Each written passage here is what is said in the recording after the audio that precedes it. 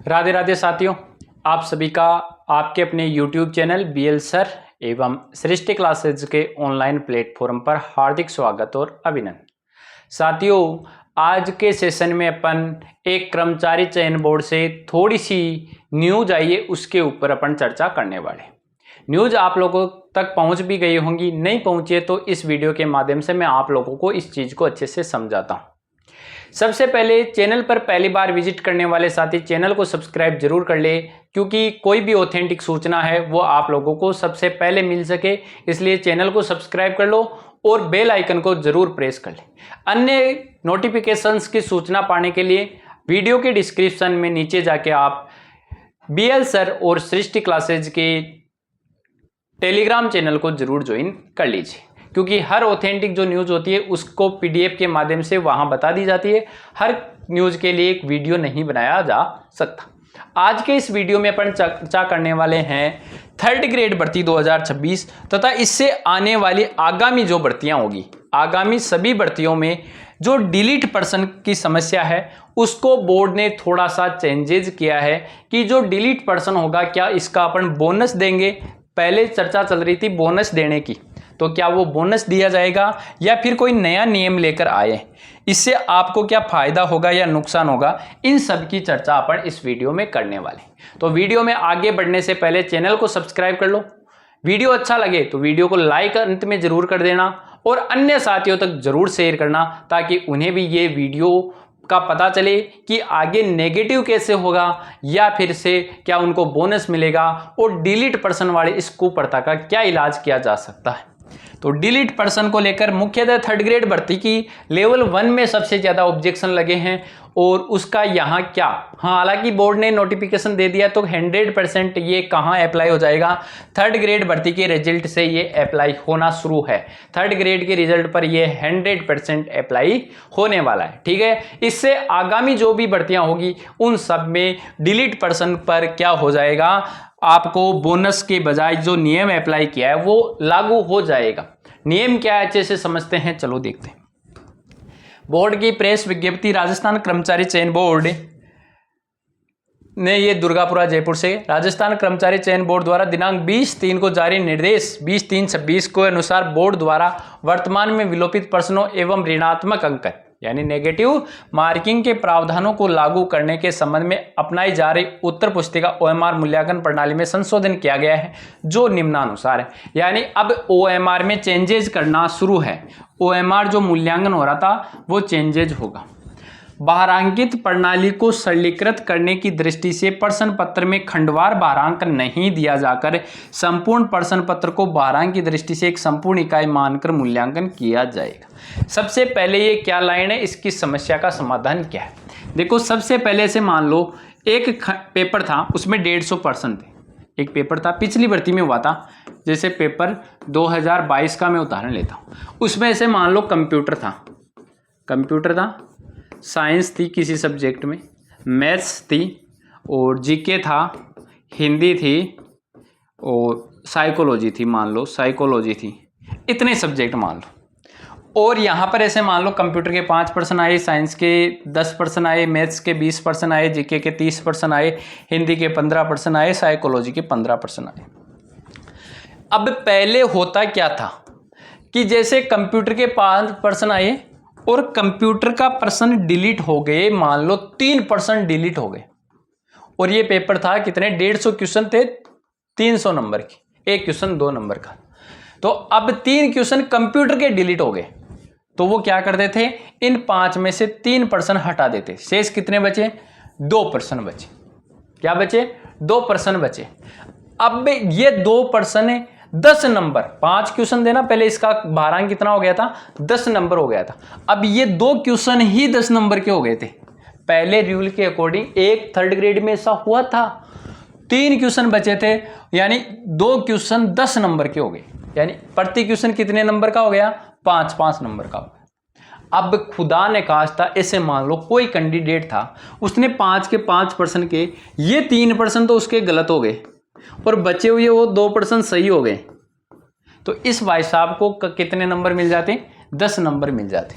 ठीक है, लेकिन ऐसे मान लो किसी विद्यार्थी के ये 3 प्रश्न तो सही थे और ये 2% गलत।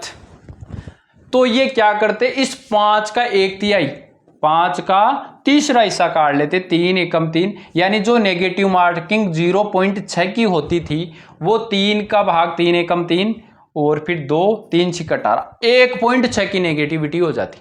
अब बेचारे के 2 गलत, 6 और 6 कितने, 0.6, यानी 1.2 करते, उसकी बजाय 1.6 प्लस 1.6 यानी 3.2 नंबर नेगेटिव में चले जाते।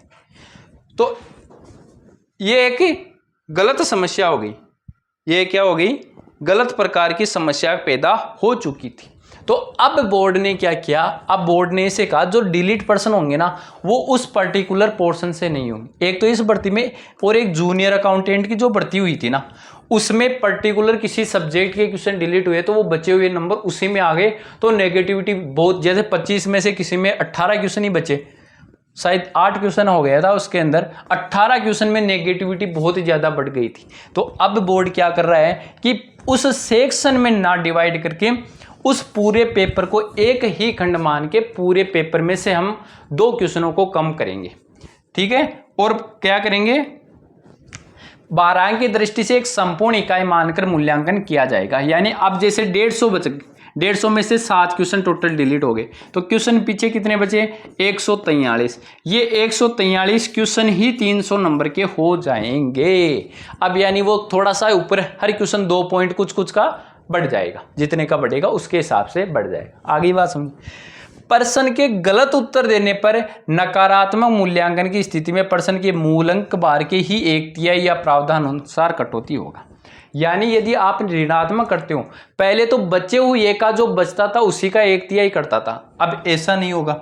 अब क्या करेंगे, वो 1/3 को कैसे कटेंगे, 1/3 का वो कटावे से करेंगे कि जैसे बचे हुए 300 क्वेश्चन थे, 150 नंबर के थे, पहले पेपर कितने नंबर का था कि 150 क्वेश्चन थे, 300 नंबर के थे, तो इस हिसाब से नेगेटिव मार्किंग 0.66 हो रही थी ना, चाहे कितने ही डिलीट हो जाए नेगेटिव के आपके 0.66 ही काटे जाएंगे।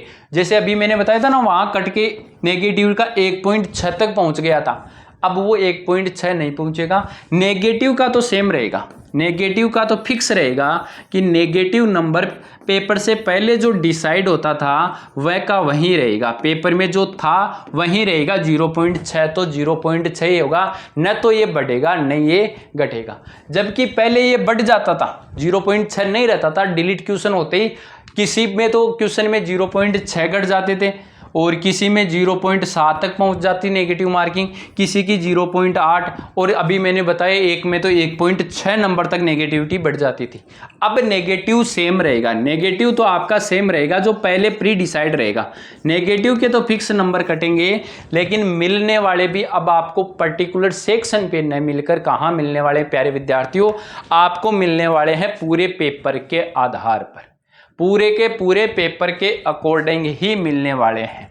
तो ये एक छोटी सी न्यूज़ थी जिसको मैंने एग्जाम्पल के तौर पे भी समझा दिया है, आप लोगों को अच्छे से क्लेरिफिकेशन कर दिया है। ये बोर्ड का एक नया नोटिफिकेशन आया है। तो अब 3rd ग्रेड के विद्यार्थियों को क्या प्रभाव पड़ेगा, देखो नया नियम आ गया, बोनस तो नहीं होगा, बोनस को तो इन्होंने हटा दिया कि बोनस तो नहीं होगा, डिलीट पर्सन वाला नियम चलता ही रहेगा, कितने एक्सपर्ट आ जाए, नए नए एनवायरनमेंट कर ले, नए नए एक्सपेरिमेंट कर ले बोर्ड, पर्यावरण कितना ही नया बना ले, वहाँ का कुछ भी ले आए, लेकिन आलोक राग जी डिलीट पर्सनों को नहीं रोक सकते। जब जब ये पेपर में कुछ एक्सपेरिमेंट करने की कोशिश करते हैं तब तब डिलीट क्वेश्चनों की अंधाधुंध शुरुआत हो जाती है। जैसे इन्होंने जूनियर अकाउंटेंट में किया तो वहाँ लगभग कितने 23 क्वेश्चन डिलीट होते हैं। यहाँ पॉइंटों की लड़ाई होती है कंपटीशन एग्जाम में, वहाँ ये 23 क्वेश्चन डिलीट करवा देते हैं। इनके ये एक्सपर्ट है, इनके एक्सपर्ट की हालत बहुत कसता है भाई। कर्मचारी चयन बोर्ड के जो भी एक्सपर्ट है, या तो वो एक्सपर्ट नहीं है, वो 5वीं पास या थेला पास है, जो उनको कोई किताब दे दो उसमें से वो छाप देते हैं। 3rd ग्रेड लेवल 1 में तो एक ऐसा क्वेश्चन आया था, संभाग अवस्थिति और विस्तार पर क्वेश्चन बनाया और वो क्वेश्चन इनको डिलीट करना पड़ेगा। ऐसी हालत है बोर्ड के एक्सपर्ट की। एक कोचिंग संस्थान पेपर बनाती है, वहां क्वेश्चन डिलीट नहीं होते, और एक पूरे देश का जिम्मा दे रखा है जिस संस्थान को पेपर बनाने का, पूरे राज्य का उसके ऊपर भार है, पूरे विद्यार्थी उसको देख कर वहाँ तैयारी करते हैं, वहाँ ये 15-15 क्वेश्चन ऐसे डालते हैं जिन पे ऑब्जेक्शन लगता है, 20 क्वेश्चन ऐसे डालते हैं जिन पे ऑब्जेक्शंस लग जाता है।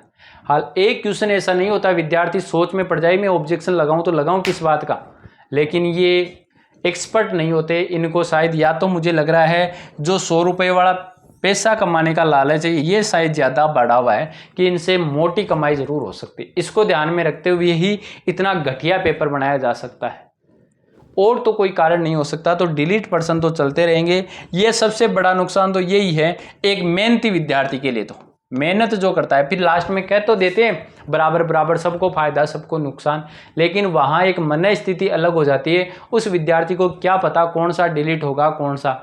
ऐसे मान लो मैथ के 5 क्वेश्चन डिलीट कर दिए, कोई विद्यार्थी मैथ का था बेचारा, इन 5 क्वेश्चन की वजह से वो दिमाग लगाता रहा, उसका टाइम तो कंज्यूम हो गया ना।